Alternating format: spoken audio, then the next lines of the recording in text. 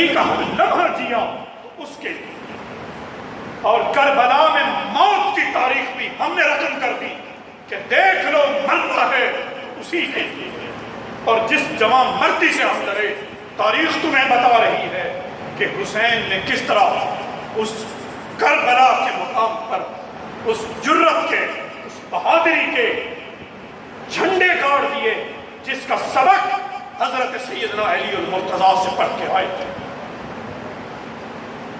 یہ واقعات صرف آنسو بہانے کے لیے نہیں ہے، یہ واقعات صرف واہ واہ کے لیے نہیں ہے، یہ واقعات یاد دلاتے ہیں کہ دیکھو اسلام کے لیے، اللہ کے دین کے لیے یہ قربانیاں دی گئی تھیں، اور یہ قربانیاں تم سے سوال کرتی ہیں، آج کے اس نوجوان سے پوچھتی ہیں، اے نوجوان اپنی جوانی کو بھی دیکھ اور میرے قاسم کی جوانی کو بھی دیکھ، اے نوجوان اپنی جوانی کو بھی دیکھ، میرے علی اکبر کی جوانی کو بھی دیکھ۔ میرا علی اکبر بھی جینا چاہتا تھا، دنیا میں نام کما جاتا، سب کچھ کر جاتا، مگر دیکھ لیا دین کو علی اکبر کی جان کی ضرورت پڑی ہے، علی اکبر قربان ہو گیا۔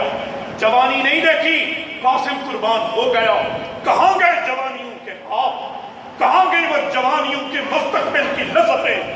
قربان کر دی صرف اس لیے کہ مستقبل میں تیری جوانی محمد عربی کے دین کے ساتھ سمجھ جائے۔ اے نوجوان اپنی جوانی کو بھی دیکھ کہ چوراہوں پر کسی کے حسن کے جلوے دیکھنے کے لیے تو اپنی جوانی کو برباد کر رہا ہے۔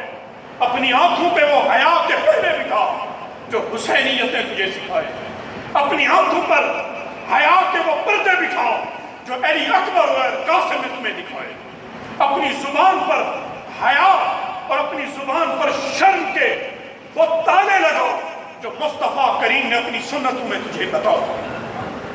اس لیے اپنی جوانی کو دیکھنا ہے تو اپنی جوانی کو انہی مبارک کرداروں کی روشنی میں دیکھ۔ اپنی زندگی کیسے گزارنی ہے مصطفیٰ کریم کی سنت کو دیکھ۔ یہ جوانی ضائع کرنے کے لیے نہیں ہے کہ جوانی پھر نہیں آنی، کہ تو جو بھی دنیا میں جو تباہیاں کرنا ہے کر لے، یہ جوانی لوٹ کے نہیں آئے گی۔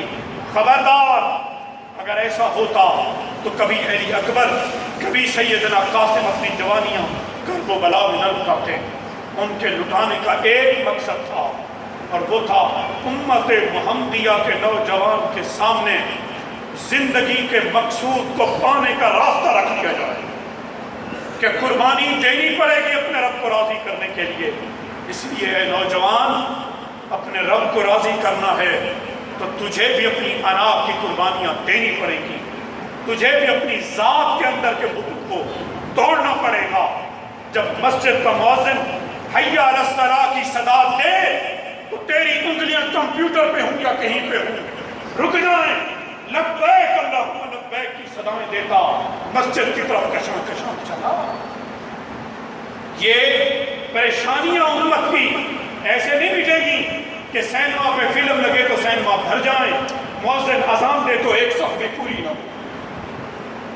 یہ ملک کی پریشانیاں ایسے ختم نہیں ہوگی کہ تمہیں دھرنے دینے ہوں تو تم لاکھوں کا مجمع لگا لو، اگر اللہ کے دین کے لیے تمہیں بلایا جائے تو تمہارے پاؤں میں بیڑیاں لگ جائیں، تمہارے پاؤں میں بیڑیاں لگ جائیں، رک جاؤ۔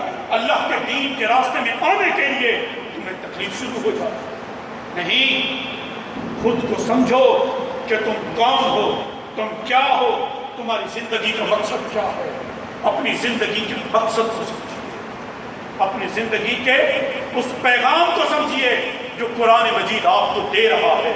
اے نوجوان، زندگی کا پیغام دے گیا قرآن مجید کہ قل ان صلاتی و نسکی و محیای و مماتی للہ رب العالمین۔ اے نوجوان، کبھی رات کے پچھلے پہر اٹھ کر اپنے رب سے ہم کلام ہو اور کہہ دے، مولا بستر کی گرمیاں میں لے کر چھوڑ کر تیری بارگاہ میں کھڑا ہوں، صلاتی میری نماز تیرے لیے ہے، میں نے اپنی ذات کی خواہشوں کو قربان کر دیا تیرے لیے، ونسکی یہ میری قربانی تیرے لیے ہے۔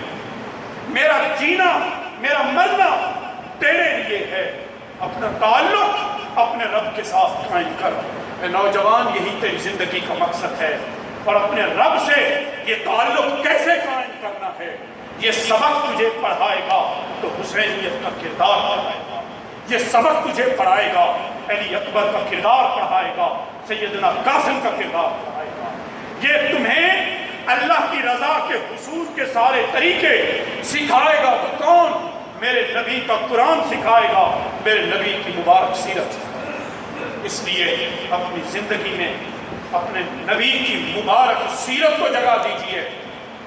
میں آپ سے یہ نہیں کہتا فلاں پیر کو فلاں فقیر کو اپنے لیے نمونہ بناؤ، نہیں، نمونہ اپنے لیے وہی بناؤ جو تمہارے لیے تمہارے رب نے تمہیں منتخب کیا۔ لقد کان لکم فی رسول اللہ اسوۃ۔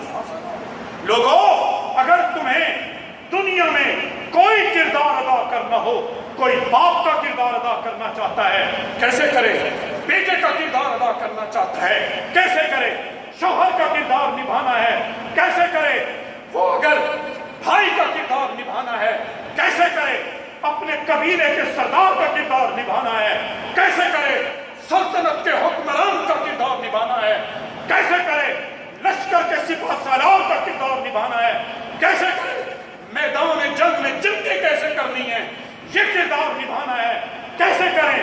تم نے یہ سارے کردار دیکھنے ہوں، کہیں نہ جاؤ، آمنہ کے لال کے مبارک کردار کو تک لو، یہ سارے کرداروں کی رہنمائی میرا نبی کا کردار تمہیں دے دے گا۔ اسی لیے میرے رب نے فرمایا لقد کان لکم فی رسول اللہ اسوۃ حسنہ، وہی مبارک کردار ہے جو تمہارے لیے رہنمائی ہوگا۔ اسی مبارک کردار میں ہی تو حسینیت سے کربلا میں کربلا پا کر۔ حضرات محترم، میں اپنی گفتگو یہی ختم کر کے اجازت چاہوں گا۔ حضرت امام عالی مقام نے کیا فلسفہ سمجھایا بزبان اقبال، کہا پختہ تر ہے گردش پیہم سے جام زندگی، پختہ تر ہے گردش پیہم سے جام زندگی، ہے یہی اے بے خبر راز دوام زندگی، برتر از اندیشہ سود و زیاں ہے زندگی، کبھی جان کبھی تسلیم جان ہے زندگی، کبھی جان کبھی تسلیم جان ہے زندگی، تو اے پیمانہ امروز شب سے ننا، جاویداں پیہم رواں ہر دم رواں ہے زندگی۔ حضرت اقبال کا یہی پیغام سمجھیے، یہ ممکن ہے کہ تو موت سے بھی مر نہ سکے۔ حضرت امام عالی مقام کو کل نفس ذائقۃ الموت، وہ نیزے کی نوک پر آ کر بھی دنیا کو بتلا گئے، لوگوں دیکھ لو دنیا کے سامنے ہم نے موت کا مزہ چکھا، مگر یاد رکھو رہتی دنیا تک ہم زندہ رہیں گے۔ وما علیک الا البلاغ۔